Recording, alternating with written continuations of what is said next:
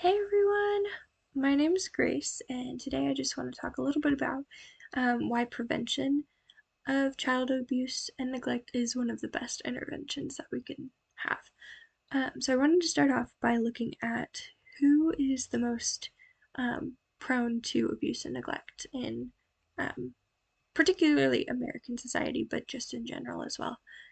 So we see a significant increase in abuse and neglect with children under the age of 10. According to the Environmental Research and Public Health Journal, we see the highest percentage of victims of abuse and neglect being under the age of 2, with 28% of newborns to toddlers experiencing abuse. The next biggest age group that we see that in is kids between the ages of 6 and 10, with 25% of those children being victims of abuse and neglect. Um, According to current epidemiology reports, children with special health care needs and or disabilities are also at a high risk for neglect and abuse. Um, a few examples of those would be things like a cleft lip, spina bifida, Down syndrome, some of those disabilities that require more attentive care from parents or caregivers. And we see a lot um, that resulting in inconsistencies, frequent changes in environment with caregivers, which really do affect a child's development. Um, we also see, according to current epidemiology reports, um, that statistics indicate Black, American Indian, and Alaskan Natives have an increase in CPS reports. We're not really sure exactly why that is. Some tend to think it's likely due to discrimination or biases that increase that level of reports themselves, but we don't really know. Um, but we see, again, those children who are under the age of 10 and really have special needs that need special attention being more prone for abuse and neglect. Um, I wanted to take a second and look at why that is so detrimental to a child's development. We see abuse and neglect impacting a child's response to others.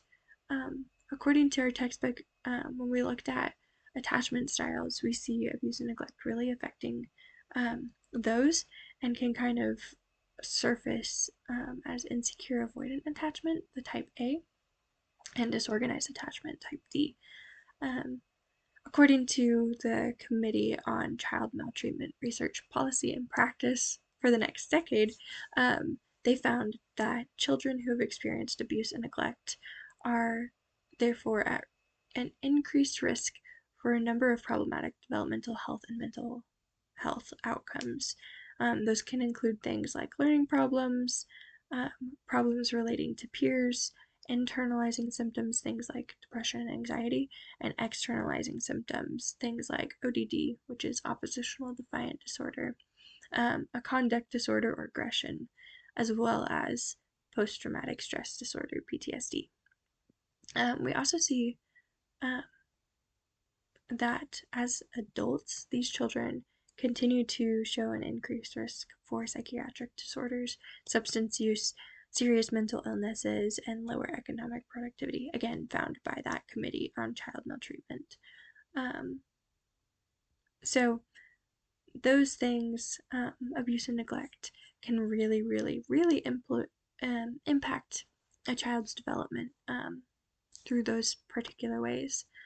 Um, Again, like I said at the beginning, I believe prevention is the most effective intervention that we can have for abuse and neglect. Um, According to the CDC, creating a safe, stable, and nurturing relationship and environment really, really helps cut back on those. Um, like I said, the best intervention in stopping abuse is cutting it before it happens. We can see um,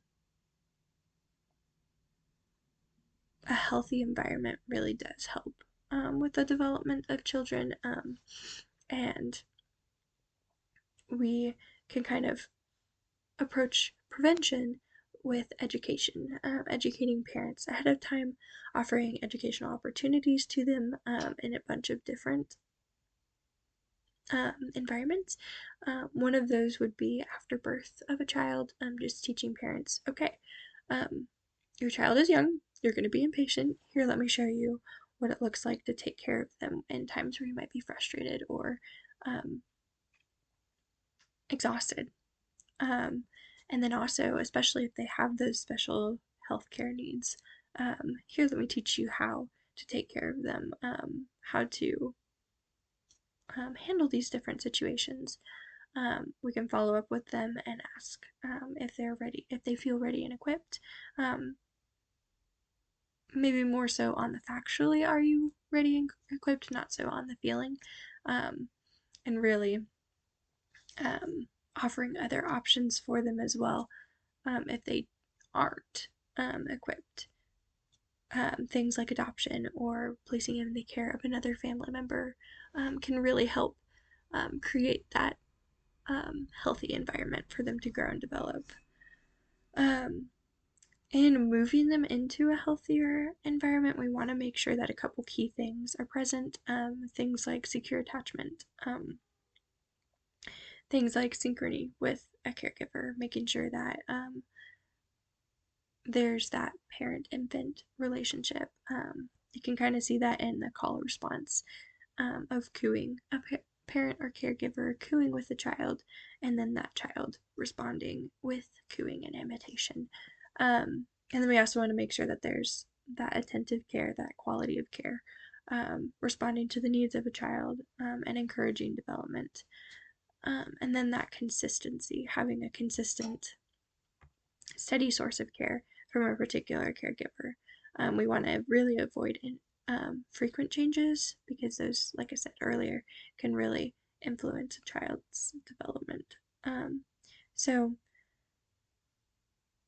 prevention is one of the better care options and ways to prevent abuse and neglect and really combat it because we can put children in situations.